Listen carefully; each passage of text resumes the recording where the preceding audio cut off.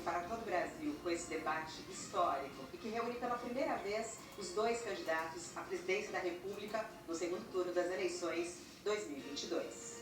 Um encontro fundamental para a democracia, promovido por um pool que reúne a TV Cultura, o Grupo Bandeirantes, o UOL e a Folha de São Paulo. Eu lembro que o debate está sendo exibido na internet pelos canais digitais de todas as empresas participantes e pelas rádios Cultura FM e Cultura Brasil. Para abrir este bloco, os dois candidatos terão 1 minuto e meio para responder a uma mesma pergunta. E quem faz essa pergunta inicial é o jornalista Taiguara Ribeiro, da Folha de São Paulo. Por favor, Taiguara. Candidatos, boa noite. O assunto é educação. Durante a pandemia, alunos de escolas públicas enfrentaram uma média de 287 dias sem escola.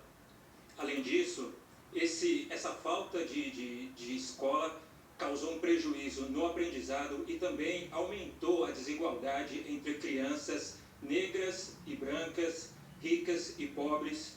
O que de concreto, caso os senhores sejam eleitos, vocês farão para recuperar essa defasagem educacional?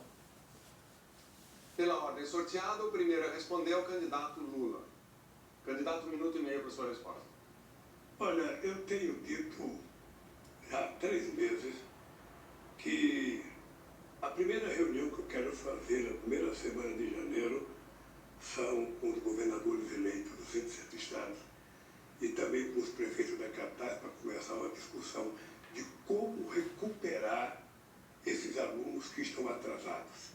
Esses alunos que ficaram mais analfabetos do que já eram, porque não tiveram sequer um auxílio de um computador, da internet para poder estudar. Ou seja, 2 milhões de crianças estão mais atrasadas do que os mais ricos e nós precisamos recuperar. E o governo federal, através do Ministério da Educação, vai compartilhar com os governadores e com os prefeitos a responsabilidade de recuperar essas aulas para que esses meninos possam aprender mais. Sabe, nós vamos ter que fazer um verdadeiro mutirão, convidar professores, quem sabe trabalhar de domingo, quem sabe trabalhar de sábado, para que a gente possa fazer com que essa meninada, sabe, consiga aprender aquilo que eles deixaram de aprender durante a pandemia. É triste, mas é verdade. Os pobres aprenderam menos, os negros aprenderam menos, porque os ricos têm internet, estudaram em casa, fizeram aula em live, ou seja, e os pobres ficaram sem aula. Isso nós vamos cuidar. Pode se preparar os governadores e os prefeitos, que o Ministério da Educação, no meu governo, vai ser parceiro para recuperar. Candidato Jair Bolsonaro, sua vez de responder, por favor. Até que enfim, uma verdade, uma sinceridade. Os alunos ficaram mais analfabetos do que já eram. Os já eram, foi no teu governo, Lula. E Dilma. A garotada ficou 2 anos em casa. Eu fui contra isso. Mas vamos aos fatos. Nós já estamos fazendo. O nosso Ministério da Educação tem um aplicativo que foi aperfeiçoado e já está há 1 ano em vigor. Chama-se Grafogame. Ou seja, num telefone celular, se baixa o programa e a garotada fica ali. Letra A, ela aperta o A, aparece o som de A. Vai para sílabas. C, A, K. E no passado, no tempo do Lula, a garotada levava 3 anos para ser alfabetizada. Agora, em nosso governo, leva 6 meses. Ou seja, a grande diferença aí, a gente não fala o que vai fazer, a gente mostra o que está fazendo. O seu Paulo Freire, Lula, não deu certo. E mais do que isso, nós vamos começar agora com fiéis técnicos para a garotada do ensino médio ter uma profissão. Auxiliar de enfermagem, marceneiro, entre tantos outros. Essa é a diferença do nosso governo e do teu. Tu nunca se preocupou em educar ninguém no Brasil. Nós educamos e alfabetizamos. Agora, mais uma rodada direta com banco de tempo entre os candidatos. Seguindo as mesmas regras do primeiro bloco, cada um terá 15 minutos para administrar como preferir. A ordem é invertida em relação ao primeiro bloco. Portanto, quem começa com a palavra é o candidato Jair Bolsonaro. Bom debate, candidatos. Lula, você não respondeu a pergunta do Josias de Souza sobre o Petrolão. Petrolão foi o maior esquema de corrupção da história da humanidade. o endividamento da Petrobras, com desvio de recursos, com compra de refinarias como Passadina, com o começo da construção de 3 refinarias, uma no Maranhão, outra no Pernambuco, outra no Rio de Janeiro. Não concluiu nenhuma, só ali se enterrou 90 bilhões de reais. Dinheiro, Lula, que você enfiou no ralo e grande parte dividiu com seus amigos. Muitos devolveram centenas de milhões de reais. Lula, a Petrobras se endividou em 900 bilhões de reais. Isso equivale a você fazer 60 vezes a transposição de São Francisco. Lula, responda sobre o Petrolão. Eu vou responder sobre a Petrobras e vou dizer uma coisa para você. A Petrobras tinha uma dívida de 300 milhões e essa dívida foi feita porque a Petrobras precisava tirar um pré-sal de 7 mil metros de profundidade, que vocês não acreditavam. E muita gente nesse país dizia que era impossível tirar o petróleo de 7 mil metros de profundidade.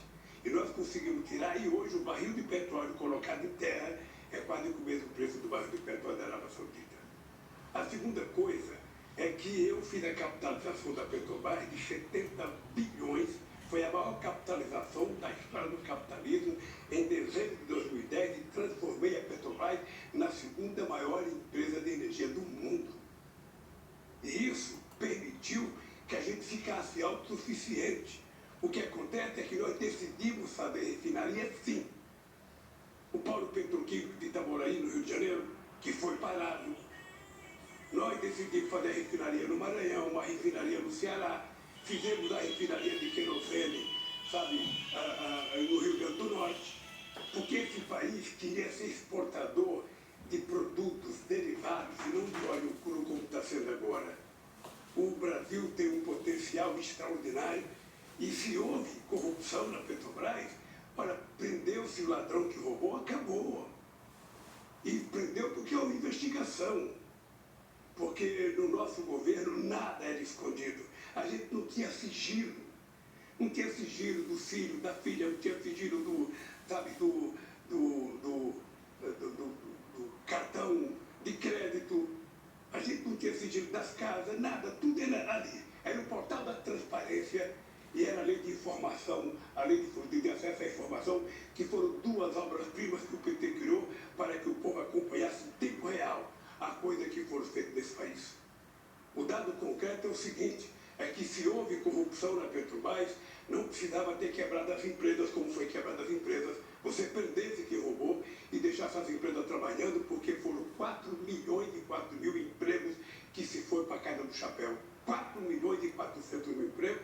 E além disso, 270 bilhões que se deixou de arrecadar, deixou-se de se investir e 58 bilhões que se deixou de arrecadar. Esse foi o desastre do Brasil. Esse foi o desastre do Brasil de uma empresa que poderia estar exportando derivado nesse momento, ganhando muito mais dinheiro do que está ganhando agora. Por isso, meu caro, eu não tenho nenhum problema de explicar o Petrolão, o petrolinho. Eu quero você explicar a forma sigilosa que você colocou tantas coisas na sua vida. Tudo é motivo de sigilo, tudo é motivo de sigilo, tudo é motivo de sigilo. Você sabe que isso tem perna curta, porque vai acabar. Porque eu vou ganhar as eleições e quando chegar dia 1º de janeiro, eu vou pegar o seu sigilo e vou mandar o povo brasileiro saber por que você esconde tanta coisa. Afinal de contas, se é bom, não precisa esconder. É isso.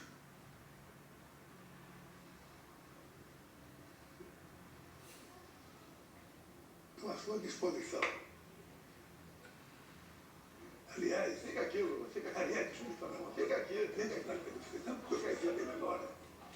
Candidato, Que todo o discurso seu no Congresso Nacional era falando bem de mim, quando era deputado, e eu era presidente. Me ligaram, disseram que você era um puxa-saco meu, que não tinha precedente na história. Porque você sabe que eu cuidei do Exército, que quando eu cheguei não tinha sequer coturno, o soldado era liberado às 11 horas porque não tinha dinheiro para o rancho.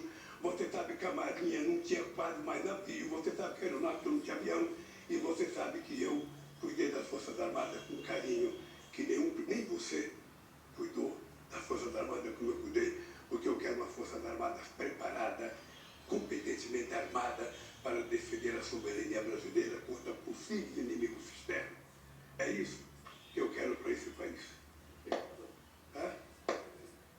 Lula, se respeitasse suas armadas, você botaria gente competente para ser de defesa, e não companheiros lá para dentro.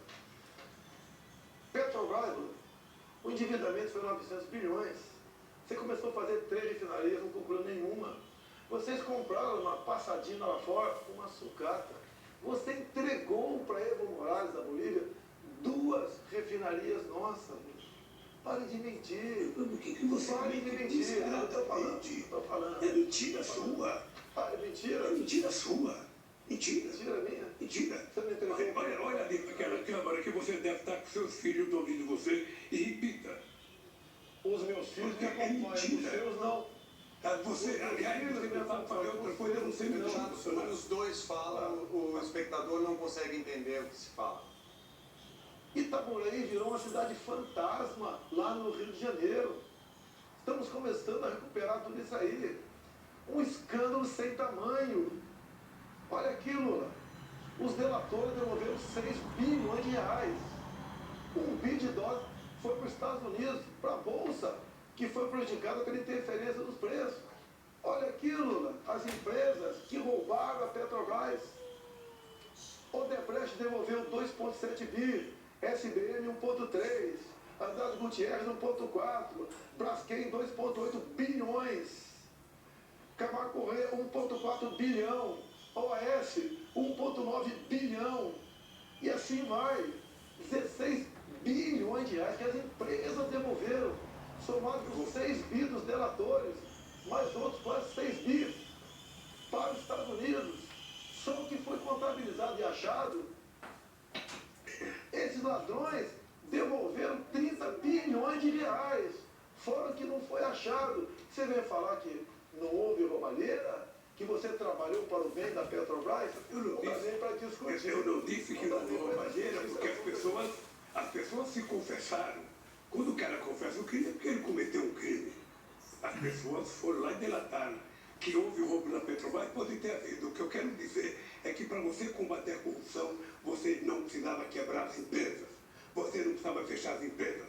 Na Coreia não fecharam a Samsung. Na Alemanha não fecharam a Volkswagen. Na França não fecharam a Alstom. Ou seja, prendeu-se o dono da empresa e os trabalhadores continuaram trabalhando, a empresa continuou produzindo e as coisas aconteceram. Sabe que o polo petroquímico de Itaboraí está 85% pronto. Está 85% pronto. O maior polo petroquímico que esse país podia ter.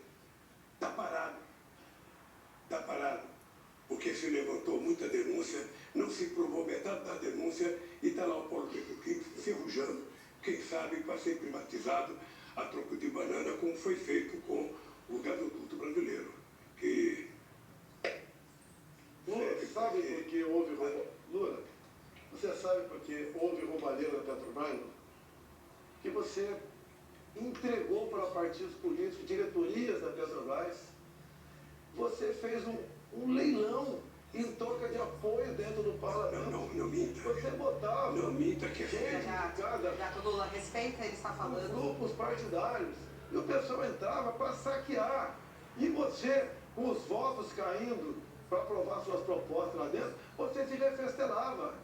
Olha o BNDES, Lula. Fala do BNDES. Por que a Venezuela tem metrô e Belo Horizonte não tem metrô?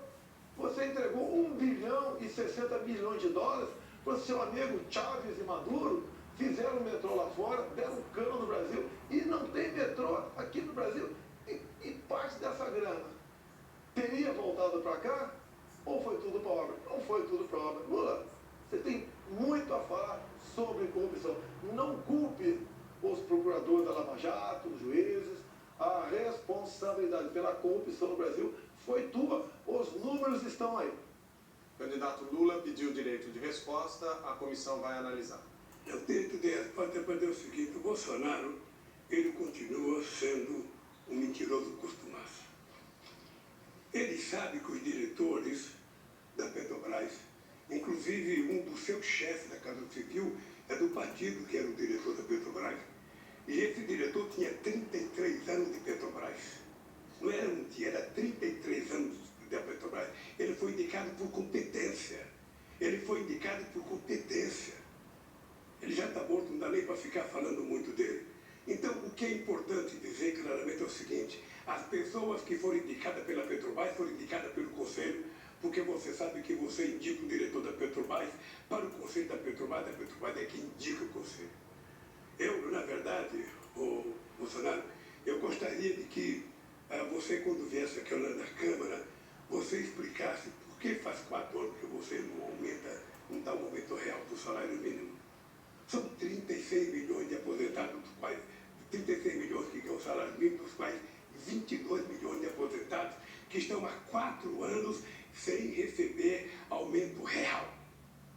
No meu governo, receberam 74% de aumento real. É por isso que a economia cresceu. Você sabe quanto a economia cresceu no meu governo? Ela crescia em média 4%. Sabe quanto está crescendo no seu? Menos que 2%. Ou seja, crescia, e o Brasil, quando eu deixei a presidência, estava crescendo 7,5%. Eu vou lhe dar um dado para você pesquisar. Quando eu deixei a presidência, a indústria automobilística produzia 3.700.000 carros. Hoje ela produz menos que 2 milhões de carros. Menos que 2 milhões, metade da produção de carro. Quando eu era presidente, a estimativa da indústria automobilística era chegar a 6 milhões de carros.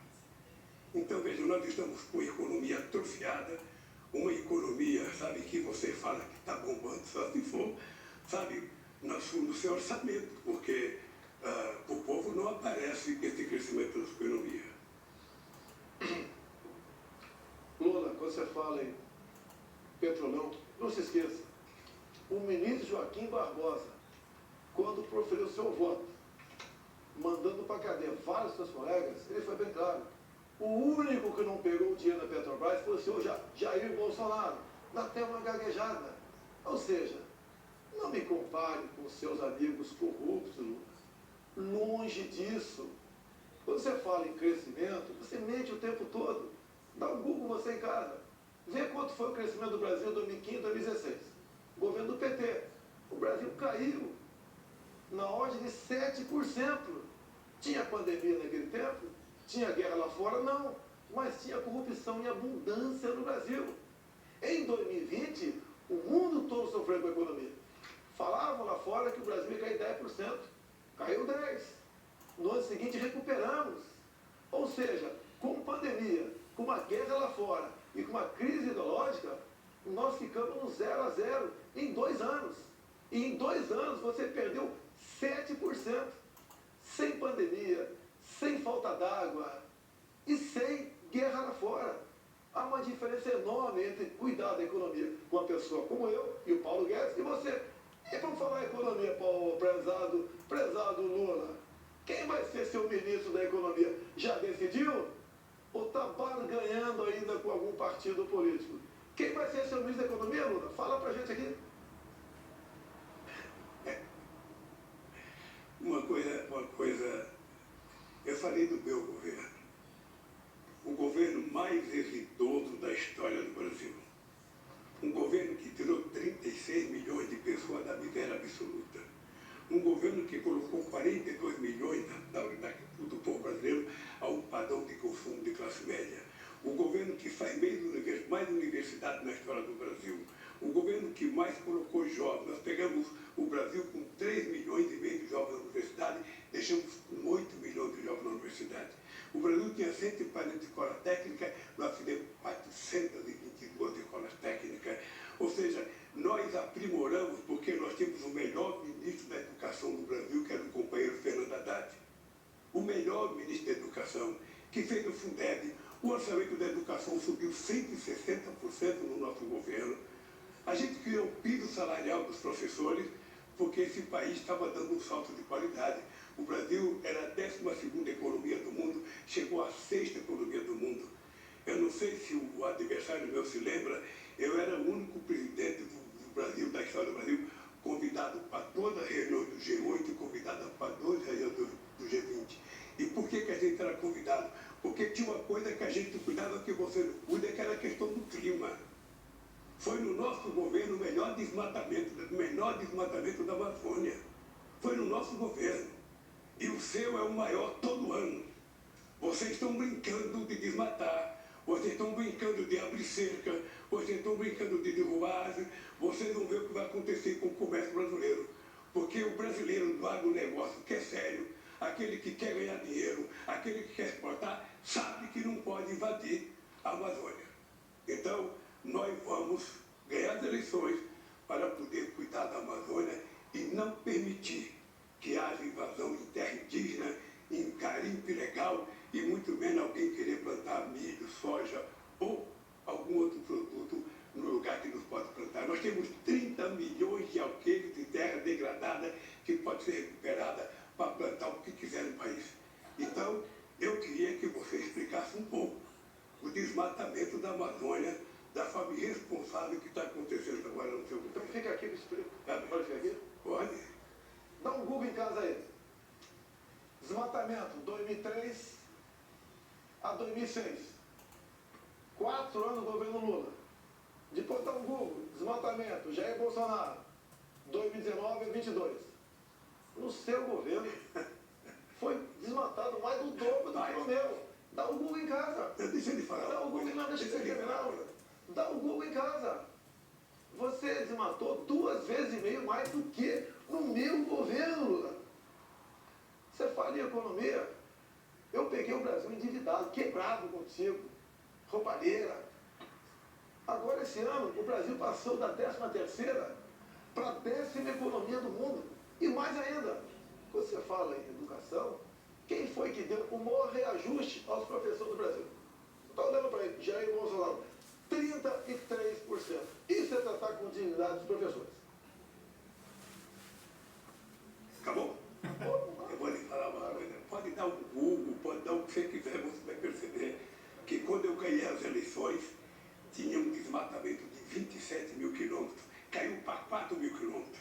O Brasil participou da COP15 em Copenhague, participou do encontro de Paris, em que o Brasil era elogiado porque o Brasil era o país que menos desmatava e que mais cuidava da questão ambiental.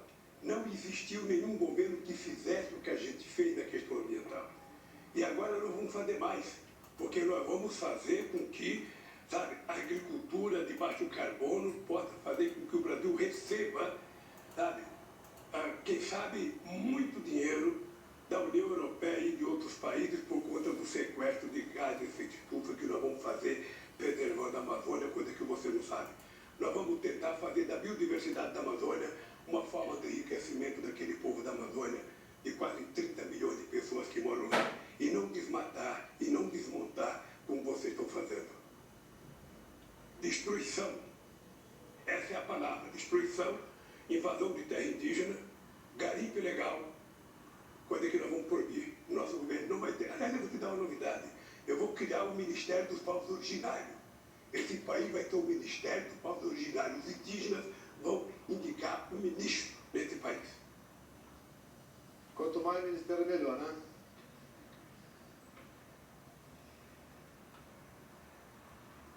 Lula, estou acabando de dizer, há poucas semanas, que é dividir a biodiversidade da Amazônia com o mundo.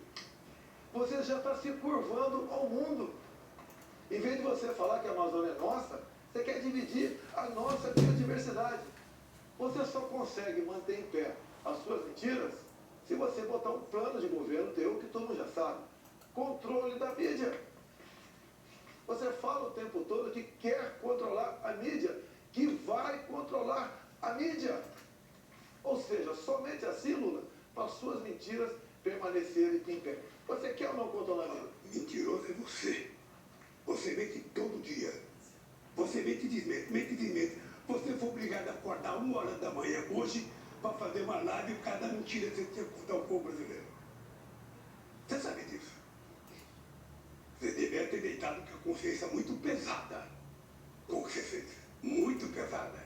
Porque levantar 1h da manhã para fazer uma live, eu não disse aquilo, eu não fiz aquilo.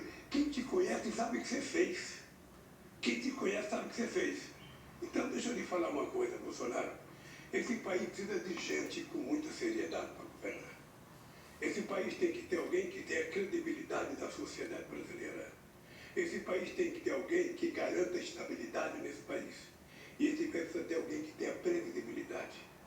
Esse país não pode ter um governo que parece um biruta, que todo dia fala uma coisa, todo dia diz uma coisa, todo dia desdiz a coisa que diz. Esse país é de gente séria.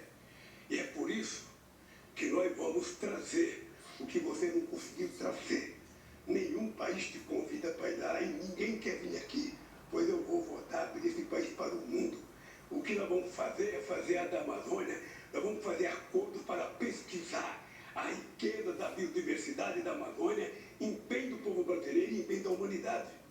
Porque nós precisamos compartilhar o conhecimento científico com outros países para que a gente possa explorar corretamente a Amazônia. Então, Bolsonaro, você sabe o que nós fizemos.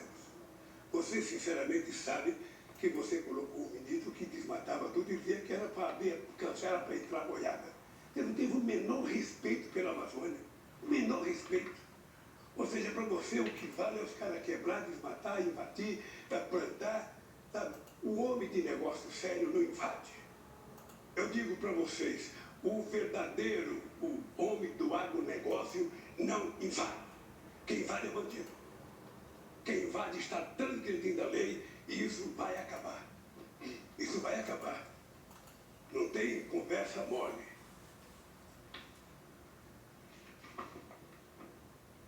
Em 14 anos você não fez nada.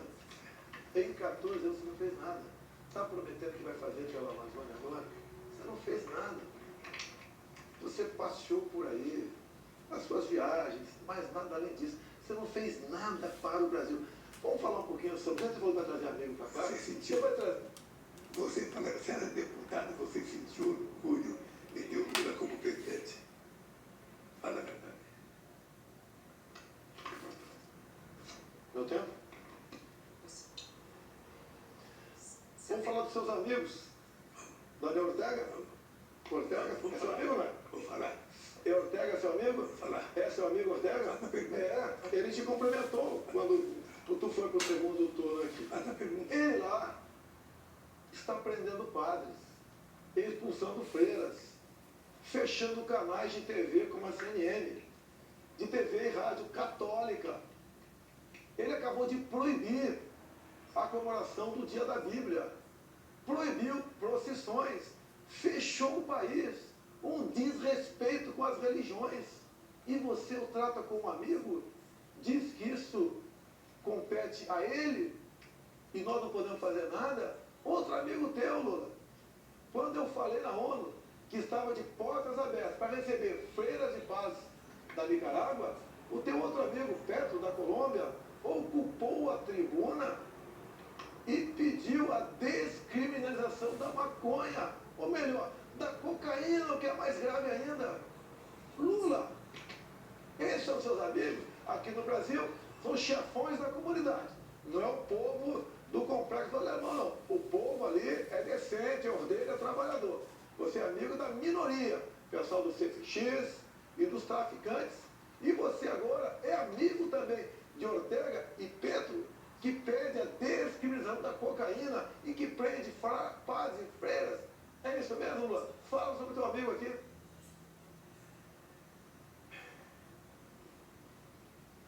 Eu senti muito orgulho de, no dia 19 de julho de 1980, de participar da comemoração do aniversário da Revolução Sandinista, que derrubaram um ditador chamado Somoza de 30 anos. Agora, o regime político da Nicarágua é uma coisa que depende deles, e o Daniel Ortega sabe, você sabe, o Chaves sabe, todo mundo sabe, que se eu quisesse acreditar em mandato perpétuo, eu teria aceito o terceiro mandato, todo mundo propuseram. Eu acho que quem acha que é imprescindível, insubstituível, começa a nascer um ditador. Então, se o Daniel Ortega está errando o povo da Nicarágua, que puna o Daniel Ortega.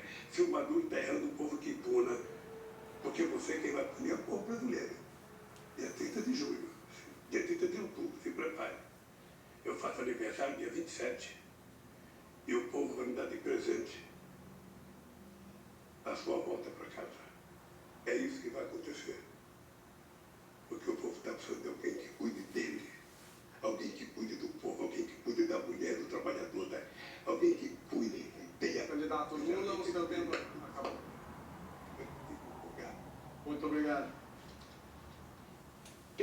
povo sou eu, do mais pobre. Olha o Auxílio Brasil. Você que é pobre, tem dificuldade. Multiplique por 3 o valor médio do Bolsa Família.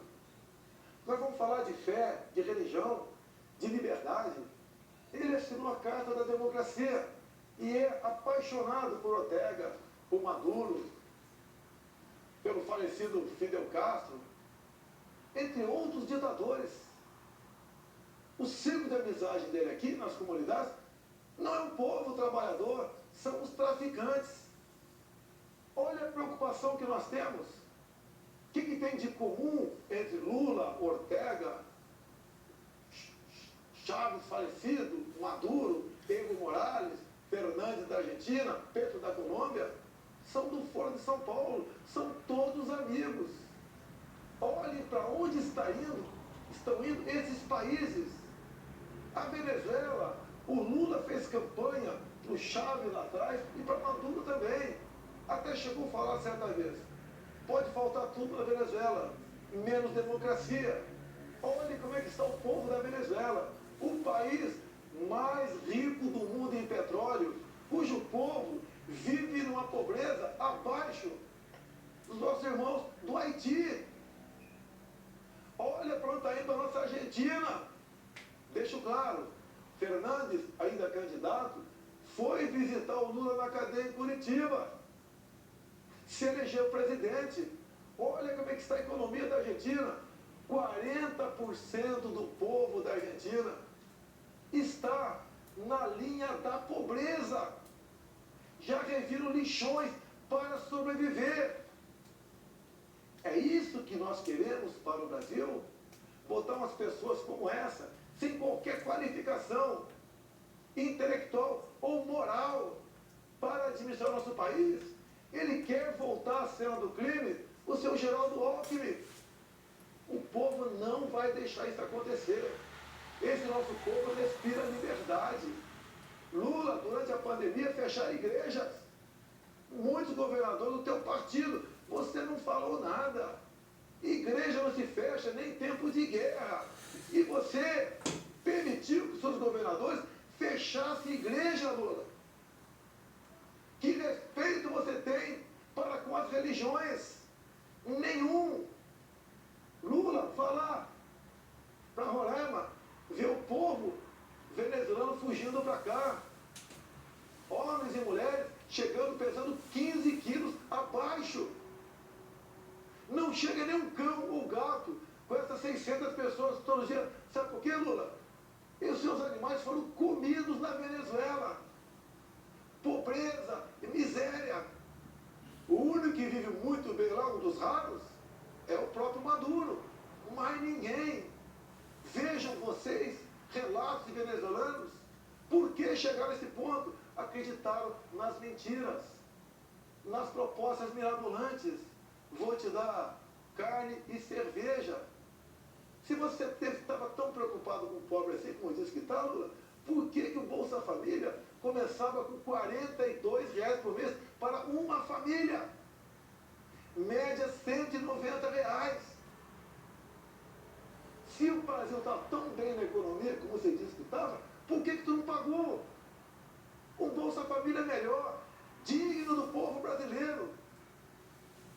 Eu tripliquei esse valor, achando recurso no orçamento, mesmo sendo o primeiro presidente que pegou o teto de gastos, negociando com o parlamento, contra o PT. Se dependesse do PT, você aí de casa, você que hoje recebe o Auxílio Brasil de R$600, estaria ganhando Bolsa Família de R$40 a R$190. Uma vergonha. Uma pessoa que se gaba da sua economia, pagar isso para você, meu irmão, pobre. Sabemos a tua dificuldade, sabemos o seu sofrimento. Sei que você levanta de madrugada para ir trabalhar. E repito aqui, por que só poucas cidades brasileiras, capitais, têm metrô? E na Venezuela tem com dinheiro nosso. Por que nas outras capitais não tem? Esse cara manda dinheiro para fora, porque parte volta para o bolso deles, da turma dele. Lá fora, Cuba, Venezuela, não tem TCU. AGU, não tem fiscalização de nada. Vivíamos, como disse Gilmar Mendes há pouco tempo atrás, numa cleptocracia. Um país governado por ladrões. Quem disse foi o Gilmar Mendes. E também Barroso disse semelhante. Roubaram tudo o que quiseram. Diz Barroso. Tem prova, contra-prova, dinheiro, conta bancária. Lula, você devia ficar em casa, curtindo a vida e não querendo voltar à cena do crime. Lula, tu é uma vergonha nacional. Os pedidos de direito de resposta foram analisados pela comissão, um deles foi aceito. O candidato Luiz Inácio Lula da Silva tem direito a 1 minuto a mais a partir de agora. Eu, na verdade, deveria ter direito a dois direitos de resposta. Porque eu fui agredido várias vezes, com mentiras. Então é importante que o juiz julgador do tempo de resposta amoita recurso no Supremo Tribunal que discute. Deixa eu dizer uma coisa para você, Bolsonaro. Você continua descaradamente mentindo. Descaradamente. Sabe? Porque, efetivamente, eu vou voltar a governar esse país porque o povo precisa de alguém que cuida dele. Porque o povo não quer alguém que compre 51 imóveis com dinheiro vivo. O povo não quer ninguém que gaste 36 milhões de reais no cartão, sabe? Para comprar coisa para o palácio. O povo não quer mais rachadinha. O que nós está até hoje escondido, ou seja, votar a cena do crime, Lula vai votar a cena de cuidar do povo brasileiro, porque o povo precisa de alguém que cuide dele e você sabe que eu sei cuidar do povo. A partir de agora, vamos às considerações finais. Antes, o presidente Jair Bolsonaro pediu o direito de resposta, a comissão julgadora está analisando. Daqui a pouquinho a gente traz a resposta da comissão. Não foi concedido. Acabou de ver o resultado, não foi concedido o direito de resposta. Vamos às considerações finais, então, a partir de agora. Pela ordem de sorteio, quem começa é o candidato Jair Bolsonaro. Sorteio 1 minuto e meio, candidato. O que eu quero para o meu país? Primeiro, eu quero um país livre. Um país onde seja respeitado a liberdade de expressão. Um país onde você possa ir com segurança para casa, possa trabalhar, possa ter a certeza que teu filho vai para a escola e não vai ser cooptado, ensinado para ele coisas que os pais não querem em casa. A tal da ideologia de gênero. Não queremos que os nossos filhos, ao irem para a escola, frequentem o mesmo banheiro. Essa é a política do lado de lá. Nós queremos um país sem drogas. O lado de lá quer liberar as drogas. Somente uma pessoa que não sabe a dor de um pai ou de uma mãe sabe o que é ter um filho no mundo das drogas. Não, nós não queremos liberar as drogas. Nós somos cristãos em 90%. Nós respeitamos a vida desde a sua concepção. Não ao aborto. Sim à propriedade privada. Não ao MST invadindo terras. Respeito ao homem do campo. Pelo direito à legítima defesa. Esse é o país que nós queremos. E não um país do retrocesso, da corrupção, da roubalheira e do desrespeito para com as religiões. E agora quem tem 1 minuto e meio para as suas considerações finais é o candidato Luiz Inácio Lula da Silva. Por favor, candidato. Eu queria primeiro agradecer o povo brasileiro mais uma vez e dizer para vocês que não deu para se discutir tudo o que tinha que se discutir aqui, mas eu queria dizer para vocês o seguinte: o meu adversário é efetivamente o cara que tem a maior cara de pau para contar inverdades aqui. Primeiro, quem aprovou a lei em 2003 de liberdade religiosa foi esse que nos fala. Quem defende a democracia e a liberdade sou eu, muito mais do que ele, que é um pequeno ditadorzinho, que quer ocupar a Suprema Corte. Que quer ocupar a Suprema Corte, diz todo santo dia que quer colocar os dele no ministério, na Suprema Corte. Eu não. Eu quero governar esse país democraticamente, como já governei 2 vezes, dando prioridade aos problemas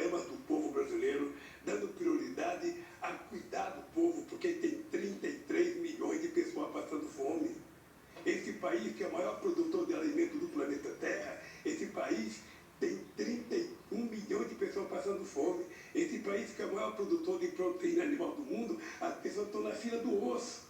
E quando eu falo do churrasco, é porque nós vamos voltar a consertar esse país e vamos voltar no final de semana a comer um churrasquinho e tomar uma cerveja. Ele fica doido, porque só ele pensa que ele pode.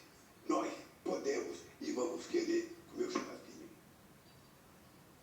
Durante a fala do ex-presidente Lula, o candidato Bolsonaro pediu direito de resposta, a comissão analisou e foi negado. Termina aqui este primeiro debate entre os candidatos à presidência da República nas eleições de 2022. Uma parceria entre o Grupo Bandeirantes